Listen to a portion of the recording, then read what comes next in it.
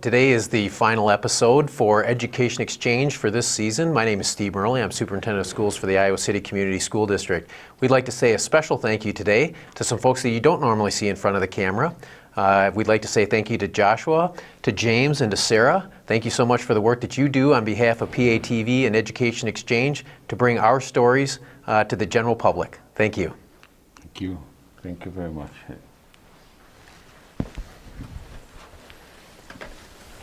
It's my pleasure to welcome Superintendent Steve Murley tonight. We have had you as our honorable guest at the beginning of the year, and in a hot summer day like today, thank you for coming. We realized that the school year had ended already, and you were supposed to be relaxing a little bit, but then your priority was to come and give us some impression about your success and achievement during the year that just passed, and would like to hear from you something about how you foresee the future of our district during the next few years that we would like to have you take care of. Well, thank you very much for having me on. Again, we appreciate the time that you afford for our schools to come in and showcase some of their success throughout the year. It helps keep people in the community informed of the work that we're doing. And we have had a fantastic year. We're coming off of the end of what I call our celebration season. We completed graduations at City High School, West High School, Tate High School, and our Transition Services Center. So great opportunity to see some kids who are reaching the culminating point in their time with us and ready to move on to the next chapter in their lives. So it's a great time to talk about things that have gone on in the district over the course of the past year, and look forward to some of those things that are on the near-term horizon and long-term horizon. As a matter of fact, I have compiled some of the questions that the community people are concerned about, and I know you're always ready. I mean, sometimes you don't have to go back and say, well, I will give you the answer. Like sometimes you do that in the political arena. We'll try to answer all your questions tonight. So some of them may be a little surprising to you, and some of them may be familiar, but let us try.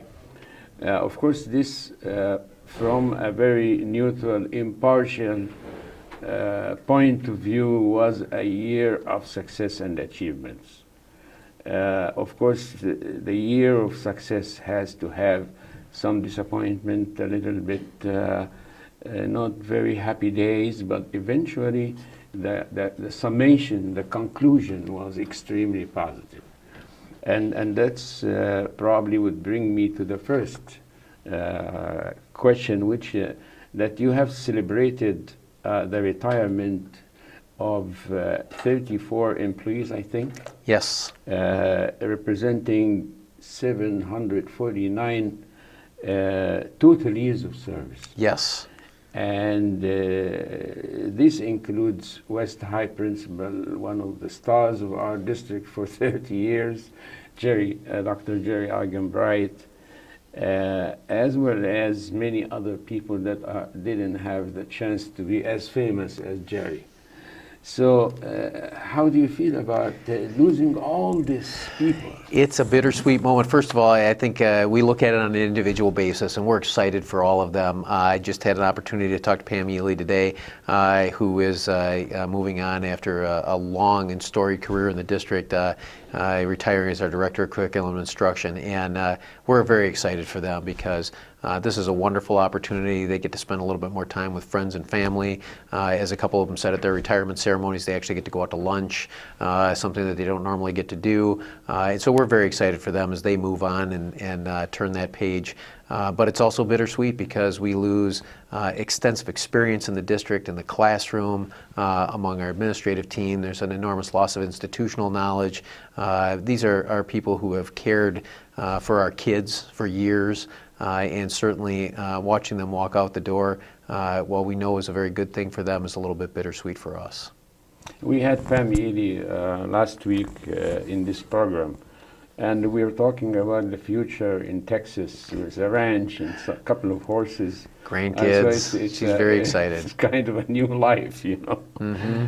But we wish her the best. She has put a lot of efforts, a lot of sweat and tears over the years, and in her endeavors. And working right to the end. At Yeah. our board meeting last night, she shepherded through curriculum review for 3 of the areas in the district, so literally working right up to the 11th hour for us, and we greatly appreciate that. 27 of your students, I think, got the National Merit Scholar. Can you tell me something We, about that? we are blessed in the district when you look at the achievement of our students. And it could be National Merit Scholars, it could be Presidential Scholars. In some cases, you talk to superintendents, you talk to principals in other districts. These are things that come around sporadically in their career. For us, they happen every year. And because of that, I think sometimes we lose sight of just how impressive these achievements are.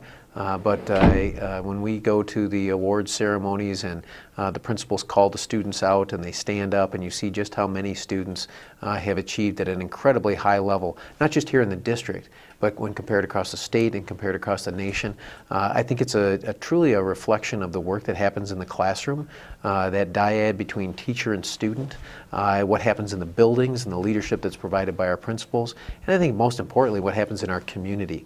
Because it's not just the experiences that the kids have in the classroom, but the experiences that they have as they live and grow here in Iowa City, have the opportunity to experience things beyond the walls of our schools, whether it's School of the Wild as an elementary student, or the robotics teams and things like that they get a chance to participate in as high school students. So great opportunities for kids, and we have many, many, many that take advantage of those opportunities and do incredibly well. Steve, the leadership is very important in not only in the education setting, but all over, across every activity in our lives. So this reminds me, I know that you are familiar with a lot of the Middle East cultures, and I know that you are a scholar of Gibran, Khalil Gibran too. And one of the very famous sayings in the Middle East literature over the years was, I'm going to translate it crudely, roughly. It says, if the leader is having a drum, everybody in his team should dance. And this can reflect, but I called your office today to tell you about all the questions that I received from my email and so forth. But they told me that you were in Cedar Rapids. What were you doing in Cedar Rapids? We actually are completing the first day of a 2-day training. We are working on, and this is our entire administrative team, so you could have called any building or any office in the district today and you'd have found everybody out. We were up at the Area Education Agency up there, and we are working on bolstering the cultural competency. And actually, as our trainer was telling us today, prefers to refer to it as cultural consciousness, because one of the things that we know, and we've seen this over the years, is the significant transformation that's taking place in our classroom. And it's across multiple demographic areas, whether we're looking at race and ethnicity, first language of students and parents, socioeconomic status of the students of the district. And we think it's important for everyone in the district to be better prepared to deal with the changing nature of the students in the classroom. And we want to start with our administrative team and make sure that they are ready to lead in their buildings. And so collectively as a team, we are going through some training over the course of the next 2 days. It'll extend throughout the school year. It'll work primarily with principals as we begin the process, and then we'll be out in the schools as the year unfolds with the opportunity to increase training and awareness for teachers in the classroom. Excellent. Let us leave the human aspect aside for a little bit. We'll come back to it, of course. But let us move to the physical structure now. Sure. And I got a lot of questions about the facilities master plan. It's, of course, detailed, very detailed. And can you, like, in few sentences, explain to our viewers there what is it all about? Sure. I can't cover it all in 2 minutes or 2 sentences, but I'll try to give you at least a flavor of it. Essentially what we've done is looked forward for the next 10 years to say, what do we see in our crystal ball in terms of enrollment growth in the district? How many new students will we have? Where will they live? And then based on how many that we have and where they'll live, do we have enough seats for them in our schools? And where we don't, what can we do to make sure that we are ready for them when they arrive? We're starting a little bit behind. We've got over 40 classrooms of students who are in modular facilities outside of our schools, and so we're playing a little bit of catch up there. But the intent is to make sure that regardless of where your address is in the community, regardless of which municipality you live in, as you enter the classroom over the course of the next few years, you find an equitable learning environment, building to building, classroom to classroom. And so we are working on our existing facilities to bring them up to speed, and then we're working on building some new facilities to make sure that we accommodate the growth. I had the good fortune yesterday to be out in Alexander Elementary School. It's coming along. The building is just fabulous. It already, is looking gorgeous. Right. They were out there polishing concrete floors while we were out there yesterday and putting limestone up on the walls. Things are really coming along. We're very confident that that will be ready on time and under budget, and we'll be ready to occupy it for the fall. Just a few weeks ago, I was out at Penn Elementary School. Just an incredible transformation out there. The new media center is fantastic. It's going to be a great learning environment for kids. We've got some new classrooms going in out there. They've got a new courtyard that'll be enclosed with the addition, which will create an outdoor learning space, but in a protected area for the students. So just some great things happening as we look forward. We're moving our 10-plex from the Twain Elementary School, which is just finishing its remodeling, over to Coralville Central, and we're going to start that process this fall. So again, some new, some existing, some upgrades across the board, with the intent to create educational adequacy for every child in every classroom in every school. Mike Peterson, who's standing there, our floor director today, Mike Peterson and I were talking before you came backstage, and I think you summarized everything in a second. So Mike Peterson and I were trying to make a comment about your style of speaking. You know, you don't say, "Oh, as a matter of fact," or "if," "Oh yeah, you know." You don't say that. You just give the facts quickly. You only gave me 2 minutes. How do you do that? Yeah, how do you do that? You only gave me 2 minutes. I had a lot to cover in 2 minutes, honey. I had to make sure I got everything in. Yeah, we were wondering, but you prove Mike Peterson point. And liberty now. Liberty Yes. is coming up. You Tell know, us about this if you story. drive out there, Yeah. we just did our groundbreaking, and yet even though that just happened, literally, you can turn backwards and see it behind you. We're already putting footings down. We had to do some soil compaction out there and do some trenching out there, but the footings are going in. We're going to get a lot of work done on the site over the course of the summer. High schools are bigger, more complicated, so it takes a little bit longer to build them. Remember, we won't be in that building until the fall of 2017. So our plan between now and when frost hits and the weather turns in the fall is to get as much of the site work done as possible, and then we'll start working on the actual physical structure itself. Maybe just a reminder for people that aren't following that, it's actually a 3-stage process over 6 years. In that we'll have the first component of it done in the fall of 2017, and that's room for 1,000 students, auditorium, cafeteria, gymnasium and field house. Those pieces will all be done in that first phase.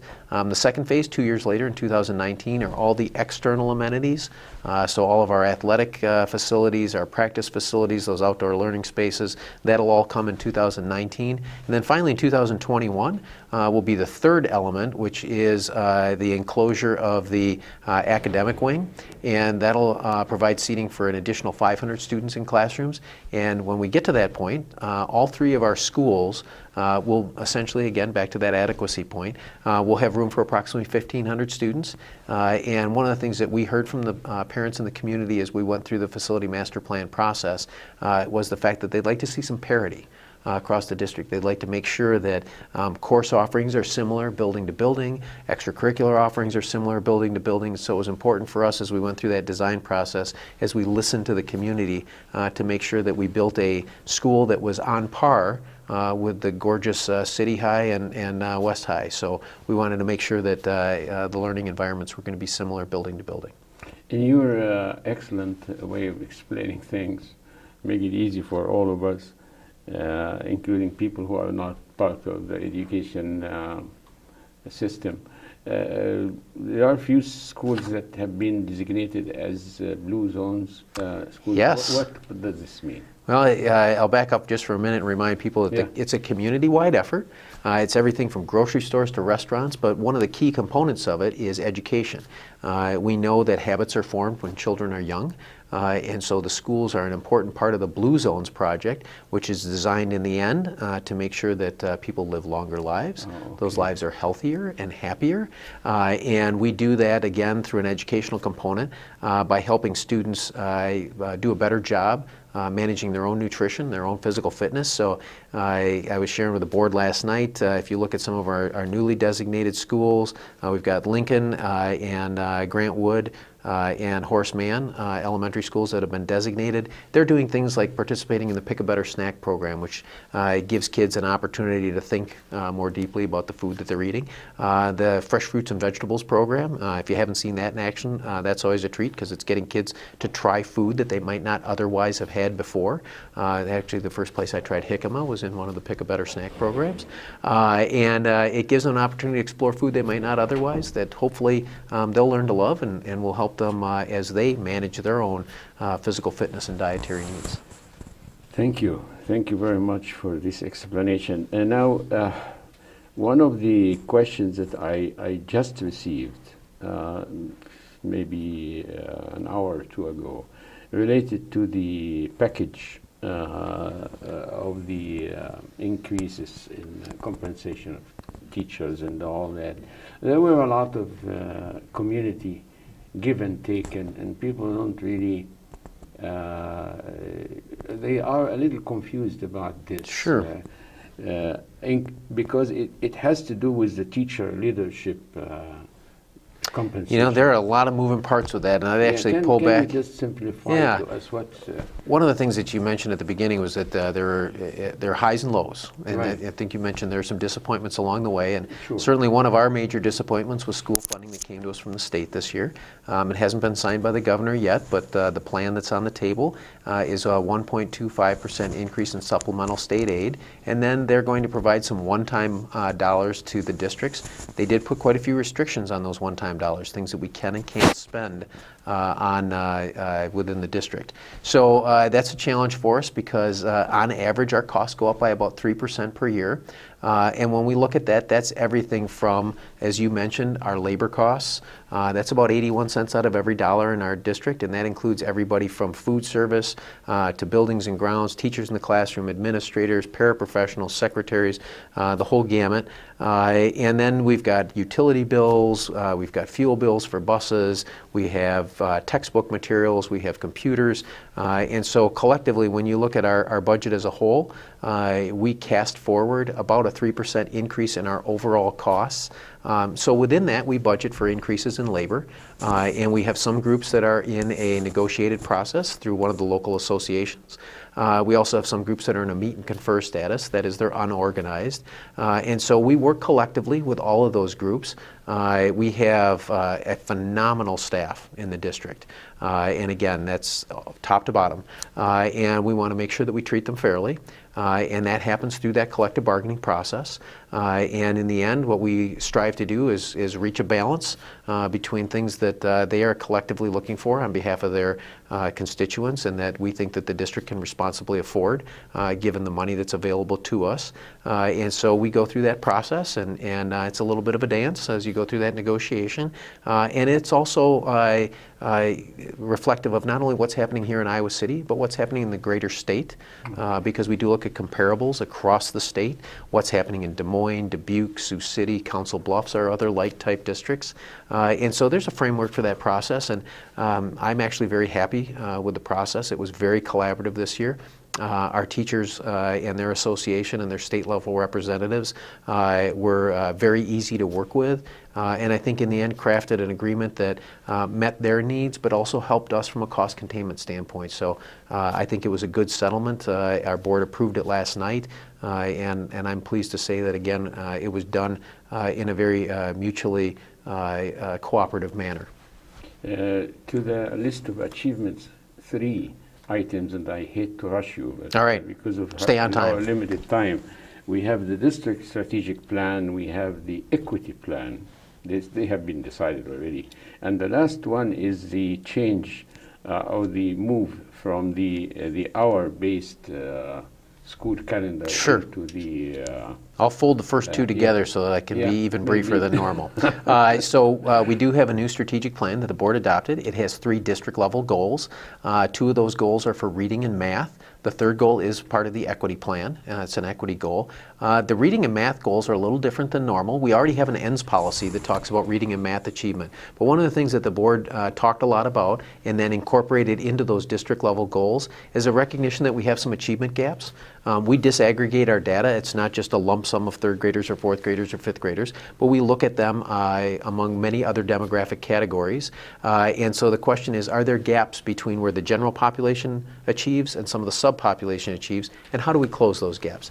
The equity plan, it's recognizing again that there's an increasing diversification of the folks that we have in our classrooms, and how can we go about best meeting their educational needs. Then the last one was hours and minutes, Yes. and that will give us some additional flexibility. Probably the best part about that, and it goes right back to the reading goal, which is why I saved it to the end, we'll get about 50 additional instructional hours at the elementary level. By 2017, if students are not reading at grade level by 3rd grade, we'll be required by the state to retain them. And we're hoping that with some additional instructional time over the next couple years, we can bring those students up to speed so that they're ready to move on with their peers. There was a question I was hesitant to raise, but it's about the solar schools. Sure. Can you just quickly tell Yep, us? we've been very aggressive with sustainability. We've put geothermal. I didn't talk about that when we talked about our new facilities, but we put geothermal in our new facilities. As we retrofit our old facilities, we're putting geothermal in there, which helps us with our heating and our air conditioning and the costs associated with that. There's been some changes at the state level in terms of solar and the impact that you can have through power purchasing agreements. So we are looking at having some folks from the outside come in and do some analysis for us to determine whether or not there's a benefit to the district to exploring the next step in that process. So we've already initiated that. We've had some conversations with some outside folks. I'm working with one of them to get out to one of the local solar farms so that we can have some conversation with the folks who run that and better understand where they think there might be some opportunities for the district. Excellent. So we are going to have very soon new elections for the board. We are. And this, of course, may bring new ideas from the community to the table, right? We've got 4 seats that are available. Several years ago, the state mandated a change in elections. Instead of having people up for election every year, it's every other year. So we have 3 off a year and then have 4. So this is a year where there are 4 seats that are open. We don't have enough words to congratulate you for the effort and for the vision and for your inspiration to your team and to a lot of people in the community that look up to you as a good role model of a leader.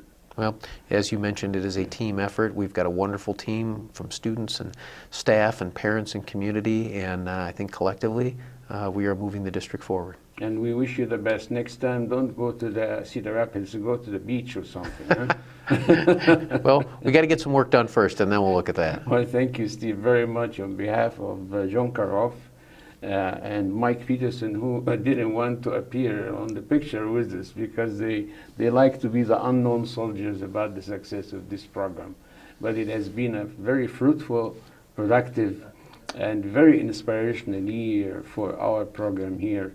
And we thank you for the help and support. We look forward to seeing you again next year. Thank you. Thank you. Thank you, Steve.